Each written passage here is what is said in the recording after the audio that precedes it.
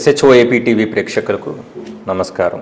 నిరక్షరాస్యత, నిరుద్యోగం, సామాజిక ప్రభావం, కుటుంబ నేపథ్యం ఏదైనా కావచ్చు ఒక వ్యక్తి రౌడీగా మారటానికి. రౌడీ అనే పేరు వినగానే ప్రజలు భయభ్రాంతులకు గురవటం సర్వసాధారణమే. మరి అలాంటి రౌడీలనే భయపెట్టే ఒక చట్టం ఉంది, దాన్ని రౌడీ షీట్ అంటారు. ఈరోజు ఈ రౌడీ షీట్కి సంబంధించిన ఆ చట్టం గురించి మనతో వివరించడానికి ఉన్నారు విశ్రాంత పోలీసు శాఖలో పనిచేసిన విశ్రాంత ఉద్యోగులు మన అమలాపురపు అమరాచారి గారు. వారిని అడిగి మరిన్ని వివరాలు తెలుసుకుందాం.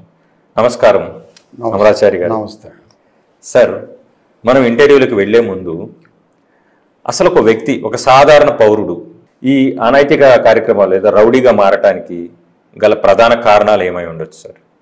సమాజం అంటే వ్యక్తుల యొక్క సమూహం. ఈ సంఘంలో మనకి కొన్ని సాంప్రదాయాలు, కొన్ని కట్టుబాట్లు పురాతన నుంచి పెద్దలు చెప్పినటువంటి వాటిని మనం కొన్ని చట్టాలుగా మార్చుకున్నాం. ఏమిటి ఆ చట్టాలు?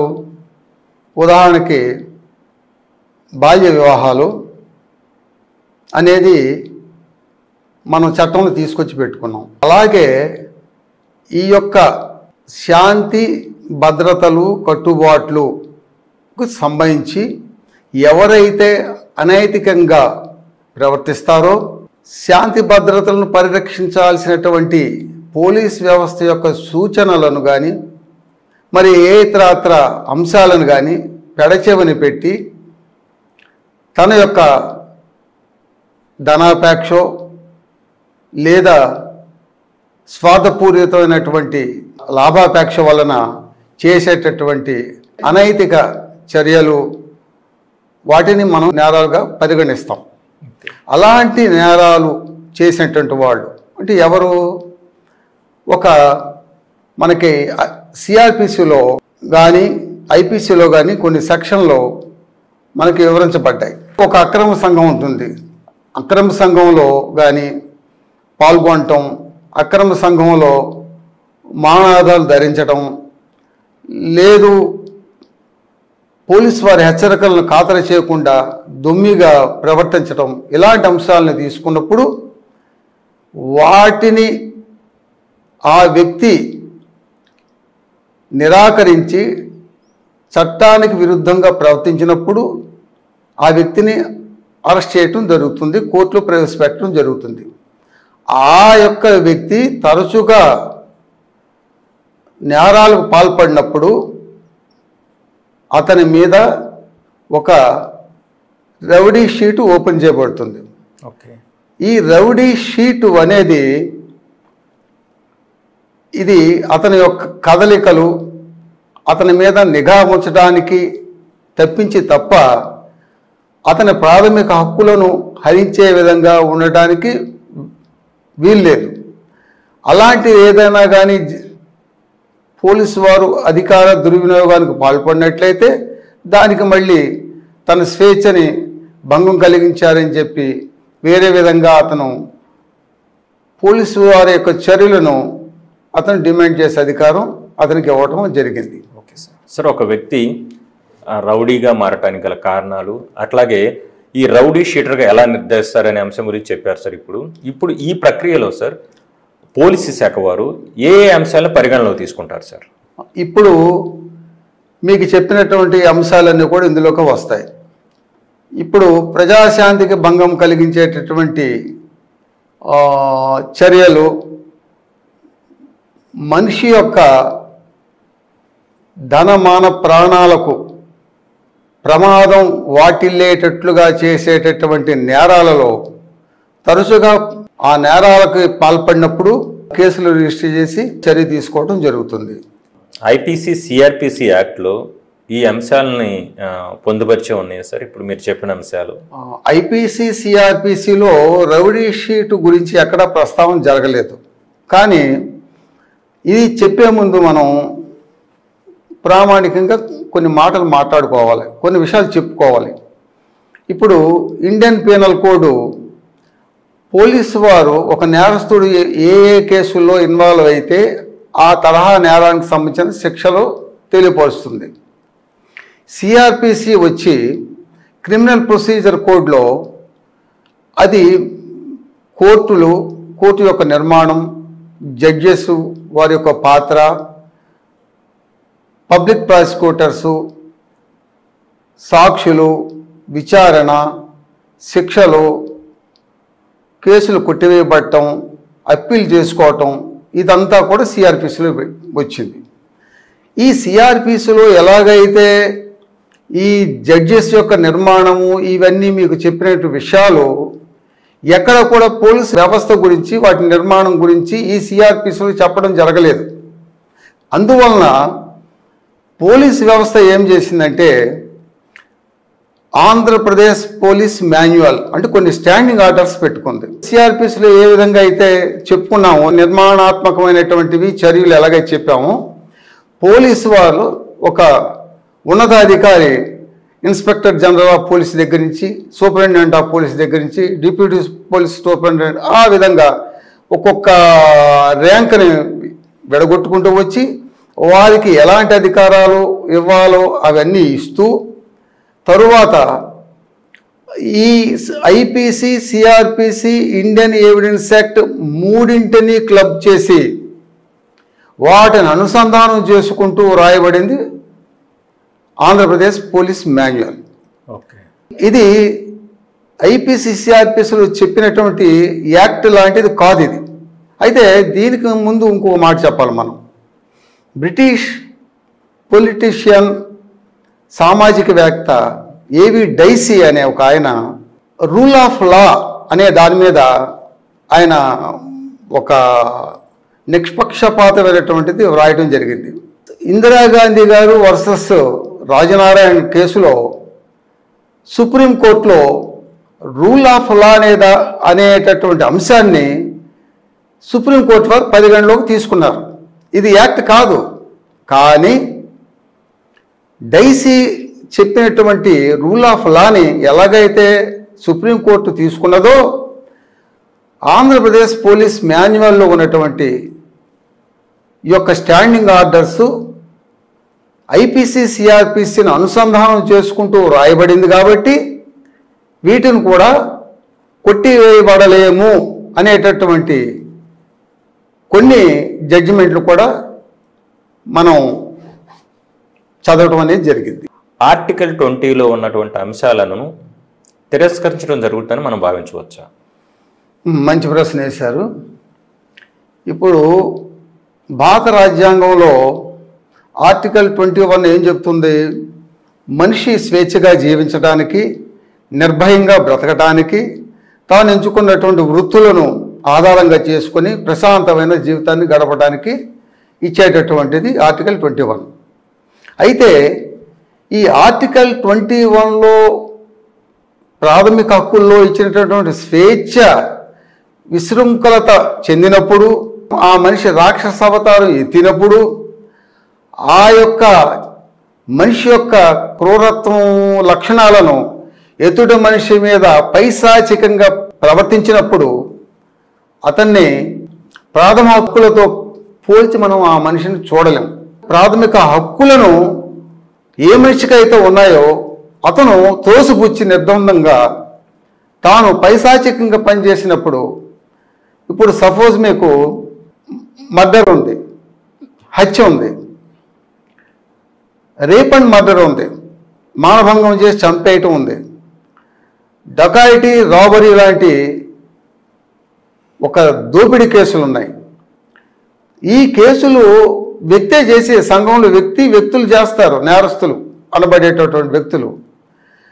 అయితే ఈ యొక్క వ్యక్తులని మనం సన్మార్గంలోకి ప్రజల మధ్యన నడిపించడానికి, అతని జీవితంలో మార్పు పొందటం కోసం అని చెప్పి సిఆర్పిసిలో సెక్షన్ 106 నుంచి 110 వరకు కొన్ని ప్రాథమికంగా కొన్ని గైడ్లైన్స్ ఉన్నాయి. ఏమిటవి? 106లో ఒక ముద్దాయిని, ఒక నేరస్తుడిని న్యాయమూర్తి ఎదుట హాజరుపరిచినప్పుడు న్యాయమూర్తి ఆ యొక్క నేరస్తుడు నేరం చేశాడని వారు సంతృప్తికరంగా నమ్మినప్పుడు ఆ యొక్క వ్యక్తికి శిక్ష వేసేటప్పుడు మ్యాజిస్ట్రేట్ గారు లేదా న్యాయమూర్తి వారు అతన్ని సత్ప్రవర్తనతో కలిగి ఉండుటకు గాను వారి దగ్గర నుంచి బాండ్ కోరవచ్చు. ఓకే. అంటే శిక్ష పడిన వ్యక్తి వద్ద నుండి మ్యాజిస్ట్రేట్ గారు కోరేది ఇది. ఇప్పుడు 107, 110 సెక్షన్ సిఆర్పిసిల్లో 107 ఏం చెప్తుంది? జగడము, చిన్న చిన్న తగాదాలు, తాగి గొడవ చేయటం, పబ్లిక్ న్యూసెన్స్ చేయటం, అది విచ్చలవిడిగా ప్రవర్తించేటటువంటి వ్యక్తుల్ని పోలీసు వారు డైరీ ఎంట్రీ పెట్టి ఒక పెట్టి కేసు పెట్టి ఆ యొక్క మండల ఎగ్జిక్యూటివ్ మేజిస్ట్రేట్ గారి దగ్గర ప్రొడ్యూస్ చేసి సత్ప్రవర్తనగా ఉండేటట్లు చేసేటటువంటి చర్య. 110 అయితే అలా కాదు. 110 సిఆర్పిసిలో సపోజ్ మనకి పల్నాడు ఏరియా తీసుకుందాం. పల్నాడు ఏరియాలో ఫ్యాక్షన్ విలేజెస్ ఎక్కువ ఉన్నాయి. ఫ్యాక్షన్ విలేజెస్లో 2 గ్రూపులు ఉంటాయి. 2 గ్రూపులు అటు ఒక 50 మంది ఉంటారు, ఇటు ఒక 50 మంది ఉంటారు. చాలా కేసులు ఉంటాయి. అప్పుడు తరచుగా వీళ్ళు గొడవ పడకుండా మళ్ళీ వాళ్ళు ఒకరి మీద ఒకరు దాడి చేసుకొని చంపుకోకుండా హత్యలు జరగకుండా ఉండడం ముందస్తు చర్యగా పోలీసు వారు 110 సిఆర్పిసి కింద బోత్ పార్టీస్ని బైండ్ ఓవర్ చేసి వారిని ఆర్డీఓ గారి దగ్గరికి తీసుకెళ్ళి బైండ్ ఓవర్ చేయించడం అనేది పోలీసు వారికి. పోలీసు వారు చేసిన ఏ చర్య అయినా కూడా సమాజ శ్రేయస్సు కోసము, వ్యక్తుల యొక్క అభ్యున్నతి కోసం చేస్తారు. అయితే దురదృష్టవశాత్తు మనం ఒక విషయం ఇక్కడ చెప్పుకోవాలి. ఈ ప్రాథమిక హక్కుల కోసం ఒక ఇంటర్నేషనల్ సివిల్ ఆర్గనైజేషను ఒక సర్వే నిర్వహించింది. ఆ సర్వేలో ఏం తెలిసిందంటే ప్రాథమిక హక్కులు ఉల్లంఘన జరిగినటువంటి విషయాన్ని దృష్టిలో పెట్టుకొని ప్రపంచ దేశాల్లో ఒక 144 దేశాలని ఎన్నుకొని 144 దేశాల్లో ప్రాథమిక హక్కుల భంగం కలగకుండా ఉండేటటువంటిది రేషియో చూస్తే భారతదేశం 77వ స్థానంలో ఉంది. అంటే దీన్ని బట్టి మనకేం తెలుస్తుంది? భారతదేశంలో ప్రాథమిక హక్కులు పూర్తిగా అమలు జరగటం లేదు, ప్రాథమిక హక్కులు కాలరాయబడుతున్నది అనేది వాస్తవమైనటువంటి విషయం అనేది మనకు అర్థమవుతుంది వాళ్ళు ఇచ్చినటువంటి సర్వే ప్రకారం. అన్నీ సక్రంగా ముందు ర్యాంకులో ఉన్నటువంటి నెదర్లాండ్ అలాంటి దేశాలు ముందు వరుసలో ఉన్నాయి. అంటే పోలీసు వారు ఇచ్చినటువంటి వారికి లభించినటువంటి చట్టాలలో అధికార దుర్వినియోగం కలగకుండా అతి ఉత్సాహంతో వాళ్ళు ఇచ్చిన అధికారాన్ని ఓవర్టేక్ చేసి ప్రవర్తించినప్పుడు మాత్రమే ఈ ప్రాథమిక హక్కులకు ఉల్లంఘన జరుగుతుందని ఆ వ్యక్తి భావించవచ్చు. ప్రశ్నిస్తున్నారని కావచ్చు, ప్రత్యర్థులని కావచ్చు, ముఖ్యంగా అధికారంలో ఉన్న రాజకీయ నాయకులు వీరిపై అధికార దుర్వినియోగం చేత వీళ్ళని జనరల్గా అణిచివేత చర్యగా రౌడ్ షీట్లు తిరగటం కూడా జరుగుతుందని కొందరి నుంచి పబ్లిక్ నుంచి కూడా మాటలు తరచుగా వింటున్నాం. ఇందులో వాస్తవం ఎంత సార్? ఈ రాజకీయ యాక్టివిటీస్ నేను ఒక పోలీస్ ఆఫీసర్గా అంటే ఉన్న వాస్తవాన్ని ఒక పోలీస్ ఆఫీసర్గా సీనియర్ సిటిజన్గా నిస్వార్థంగా మాట్లాడాలంటే గత 30 సంవత్సరాల నుంచి రాజకీయ వ్యవస్థ అందామా లేకపోతే రాజకీయ నాయకుల యొక్క యాక్టివిటీస్లో పెను మార్పులు సంభవించిన మాట వాస్తవం. అది 30 సంవత్సరాల నుంచి నేటికి దాని స్వరూపం పూర్తిగా మారిపోయింది. అయితే ఈ రాజకీయ నాయకులు మన ఆంధ్రప్రదేశ్లో చెప్పుకునే ముందు తెలంగాణలో ఈ మధ్యన తెలంగాణ ప్రభుత్వానికి సుప్రీంకోర్టు ఒక హెచ్చరిక చేసింది. ఏమిటంటే అసలు ఏ స్టేట్లో ఏ రాష్ట్రంలో కూడా పెట్టలేనన్ని పీడీ యాక్ట్ కేసులు మీ రాష్ట్రంలోనే ఎందుకు పెడుతున్నారు? ఇది ప్రాథమిక హక్కులకు ఉల్లంఘన జరుగుతున్నది. ఇది రాజకీయ ఒక ప్రభుత్వం నుంచి ఒక ప్రభుత్వం మారుతున్నప్పుడు కక్షపూర్తి చర్యగా మేము ఎందుకు భావించకూడదు అనే ప్రశ్న సుప్రీంకోర్టు వారు తెలంగాణ రాష్ట్ర ప్రభుత్వాన్ని క్వశ్చన్ చేయటం జరిగింది ఈ మధ్యన. అంటే ఇప్పుడు మన ఆంధ్రప్రదేశ్కి వచ్చేద్దాం. ఆంధ్రప్రదేశ్లో రాజకీయ వ్యవస్థలో ఏమవుతుంది, ఇంచుమించుగా ఆ నీలి నేరలు మన వైపు క్లియర్గా కనపడుతూనే ఉన్నాయి. దీన్ని పూర్తిగా కొట్టివేసే పరిస్థితులు లేవు. మీకు ఎగ్జాంపుల్గా నేను ఒక పోలీస్ స్టేషన్లో సబ్ ఇన్స్పెక్టర్గా పనిచేస్తున్నా. ఒక అగ్రనాయకులు ఒక పార్టీ వారి మీద రౌడీ షీట్స్ ఓపెన్ చేయమని నాకు చెప్పారు. చెప్పడమే కాదు, చేసి తీరాలని హుకుం జారీ చేశారు. వాళ్ళ మీద రౌడీ షీట్ ఓపెన్ చేయడానికి నాకు అంతగా పెద్దగా కారణాలు ఏం కనిపించలేదు. ఇది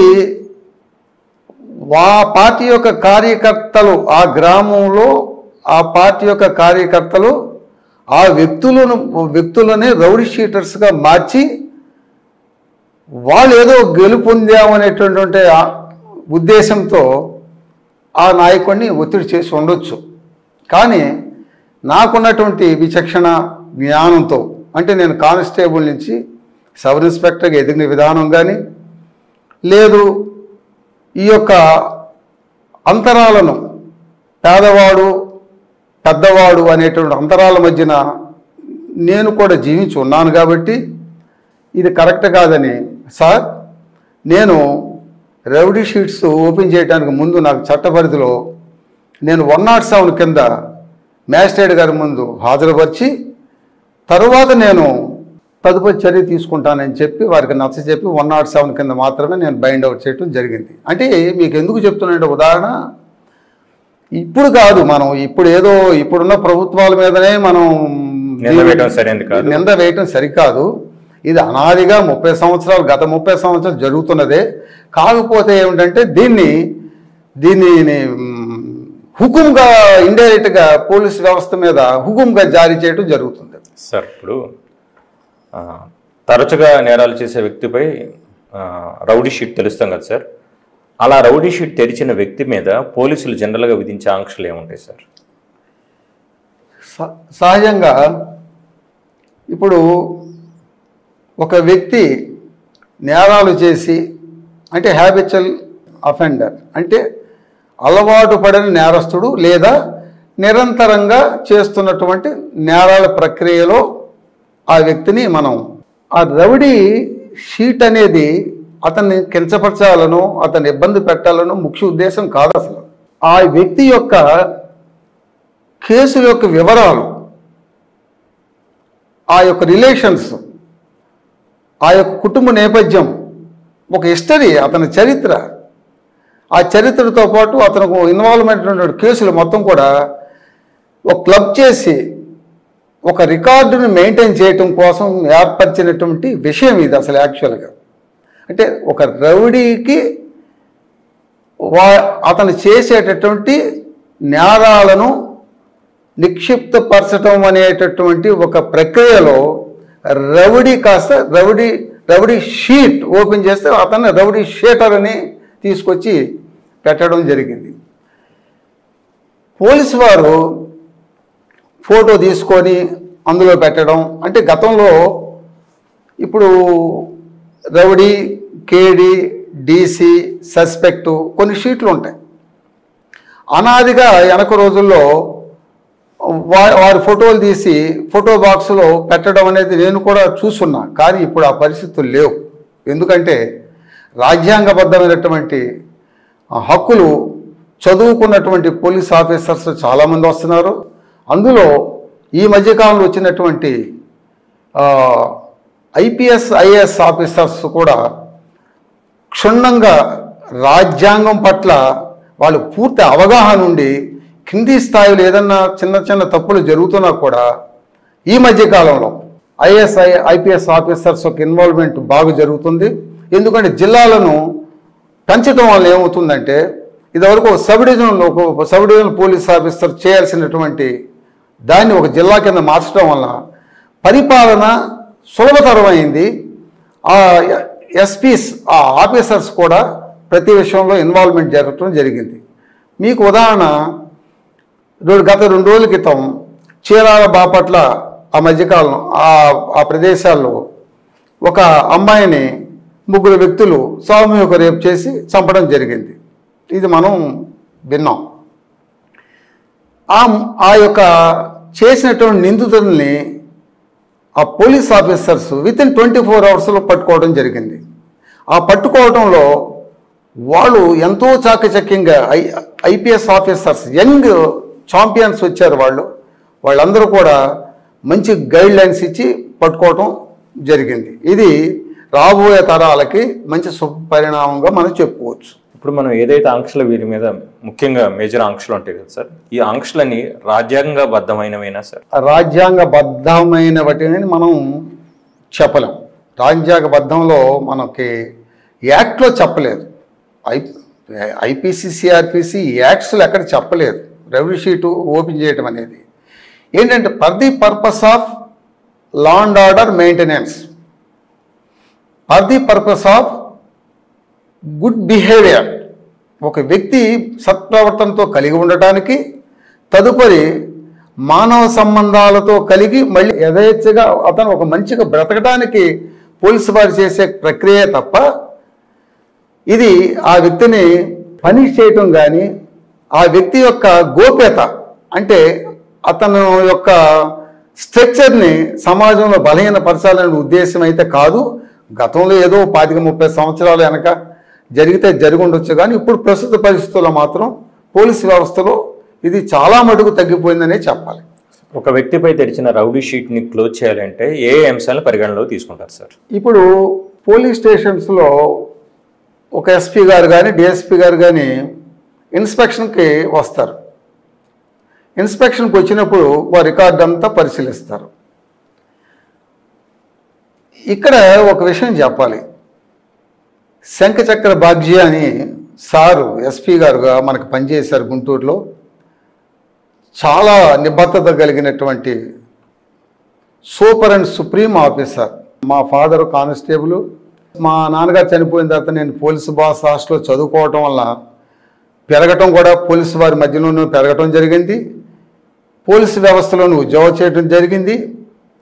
చిన్నప్పటి నుంచి కూడా నేను చాలామంది ఆఫీసర్స్ని గమనిస్తూ ఉన్నాను, కానీ ఒక థామస్ ఎస్పీ గారు, ఒక శంఖచక్ర బాగ్జీ ఎస్పీ గారి లాంటి ఆఫీసర్స్ని నేను సర్వీసులు చూడలేదు. ఇప్పుడు గనక చూడగలిగితే మన పల్నాడు జిల్లాలో మొన్న పనిచేసినటువంటి లేడీ ఐపీఎస్ ఆఫీసర్ అలాంటి వాళ్ళని మనం చూడగలుగుతున్నాం. ఆయన ఏం చేశారంటే బాగ్జీ గారు, అసలు మీ పోలీస్ స్టేషన్లో రౌడీ షీట్స్ మొత్తాన్ని తీసుకురండి అని చెప్పి ఒక మీటింగ్ పెట్టారు. ఒక వ్యక్తికి 70 సంవత్సరాలు వచ్చినాయి. అతని మీద ఏ నేరాలు లేవు. అతను లెగలేని పరిస్థితి. అతని షీట్ ఇంకా పెండింగ్లో ఉంది. రాజ్యాంగం ఏమని చెప్తుంది? ఆర్టికల్ 32 ప్రకారంగా మీకు ఏదన్నా కానీ మానవ హక్కులు ఉల్లంఘిస్తే మీరు సుప్రీంకోర్టులో ఫైల్ చేసుకోండి అని చెప్తుంది. అలాగే హైకోర్టులో కూడా రాజ్యాంగం ఇచ్చిన హక్కులు ప్రకారంగా హైకోర్టులో కూడా చేసుకోమని. ఒక నిరుపేదకి లేకపోతే సగటు మనిషి అతను మీద రౌడీ షీటు క్లోజ్ చేయమని చెప్పి ఆ అత్యున్నతమ న్యాయస్థానాలకి అంత ఖర్చు పెట్టుకుని వెళ్ళగలిగే స్థితి వాడికి ఉంటుందా? ఉండదు. మరి ఇప్పుడు ఏం చేయాలి? పోలీసు వారే చేయాలి. పోలీసు వారు పెద్ద మనసుతో, విచక్షణ జ్ఞానంతో 70 సంవత్సరాలు వచ్చి అతనికి 30 సంవత్సరాలు 20 సంవత్సరాల నుంచి షీట్ క్లోజ్ చేయకపోవటం అనేది స్వయంకృత అపరాధం. ఇలాంటివి మనం రెక్టిఫై చేసుకోవాలి. సమాజమే చెప్పడం కాదు, కోర్టులే చెప్పడమే కాదు, మనం రెక్టిఫై చేసుకొని మన వ్యవస్థకి ఎలాంటి చెడ్డ పేరు రాకుండా చేయాల్సిన బాధ్యత కింది స్థాయి ఉద్యోగుల్లో కూడా ఉందని నేను మనవి చేసుకున్నాను. ఇక్కడ నా ఉద్దేశం ఏంటంటే రౌడీ షీట్ క్లోజ్ చేయాలంటే నేరాలు ఏమి చేయకుండా ఉండగలగాలి కదా సార్. అలా అది పరిగణనలో తీసుకుంటారు, లేదా ఇంకెతరత్ర వేరే అంశాలు ఉంటారండి? అదే ఇప్పుడు ఒక 3 కేసులు ఉన్నాయి. షీట్ ఓపెన్ చేస్తున్నాం. 3 కేసులు కోర్టులో కొట్టేశారు. ఎక్విటల్ అయిపోయినాయి కేసులు. ఎక్విటల్ అయిపోయిన తర్వాత ఆ వ్యక్తి అనేది ఏమిటి, నా మీద కేసులు కొట్టేశారు కాబట్టి నా షీట్ క్లోజ్ చేసేయండి అని చెప్పి అడుగుతాడు. అది ఒక పద్ధతి. ఓకే. కేసులు కొట్టివేయబడినంత మాత్రాన సమాజంలో ఆ వ్యక్తి చేసిన నేరం కళ్ళతో చూసిన వాళ్ళు కానీ ప్రత్యక్ష సాక్షులు కానీ కోర్టులు చెప్పకపోవచ్చు. కేసు కొన్ని సందర్భాలు ఎక్విటల్ కావచ్చు, కానీ అతని యాటిట్యూడ్ మారవచ్చు. నేరాలు కంటిన్యూ చేస్తూ నేరాలు కంటిన్యూ చేయకపోయినా ఆ నేర ప్రవృత్తిని ఇతరుల వైపుగా మళ్లించి తను లబ్ధి పొందడానికి కొన్ని అనేక చర్యలు చేసే అవకాశాలు ఉంటాయి. ఓకే. వీటన్నిటిని పోలీసు వారు గమనిస్తారు. పోలీసు వారు గమనించి అతను ఇలాంటి వ్యవహారాల్లో తలదొచ్చకుండా సత్ప్రవర్తనతో ఉన్నాడంటే పోలీసు వారు ఆటోమేటిక్గా క్లోజ్ చేసేస్తాం అనేది జరుగుద్ది. అతనిపై ఉన్న కేసులు కొట్టివేసినప్పటికి కూడా ఈ రౌడీ షీట్ క్లోజ్ చేయనప్పుడు అతను న్యాయస్థానాన్ని సంప్రదించే అవకాశం ఉందా? అక్కడ న్యాయస్థానం వారు ఏ అంశాలని పరిగణలోకి తీసుకుంటారు సార్? ఇప్పుడు ఆర్టికల్ 21 ప్రకారంగా నేను నా హక్కులను హరించే విధంగా పోలీస్ వ్యవస్థ ప్రవర్తిస్తున్నది, నా పట్ల కర్కశంగా వాళ్ళు యాక్షన్స్ తీసుకుంటున్నారు, దీనివల్ల నా కుటుంబం కానీ నా వ్యవస్థలో నాకున్నటువంటి ప్రేరేపకతలు కానీ పోతున్నాయి అనుకున్నప్పుడు అతను కోర్టుకు వెళ్తాడు. ఎప్పుడు వెళ్తాడు? కేసులు కొట్టేసిన తర్వాత కొంత గ్యాప్ ఉండాలి, వెంటనే అది జరగదు, దానికి కొంత ప్రాసెస్ ఉంటుంది, అది వేరే సబ్జెక్ట్. కులం, మతం, ప్రాంతం, రాజకీయాలకు అతీతంగా సార్ నేరాలు జరిగే వాళ్ళని కఠినంగా శిక్షిస్తూనే అమాయక ప్రజల్ని రక్షించుకోవాలని భావిస్తూ ఈ దిశగా మనం మెరుగైన సమాజాన్ని పొందగలమని భావిస్తూ సార్ ఈరోజు మా SHOIP టీవీకి వచ్చి ఈ రౌడీ షీట్ అనే అంశంపై సుదీర్ఘ వివరణ ఇచ్చినందుకు గాను మీకు ధన్యవాదాలు. ఈ ఛానల్ ద్వారా వీక్షిస్తున్నటువంటి అశేష ప్రజానీకానికి, అలాగే మేధావి వర్గం వారికి, అదేవిధంగా మా యొక్క లాయర్ సోదరులైనటువంటి గౌరవనీయులు వారందరూ కూడా నమస్కరిస్తూ వీటిని ఆదరిస్తారని మనస్ఫూర్తిగా కోరుకుంటూ సెలవు తీసుకున్నాం. నమస్తే.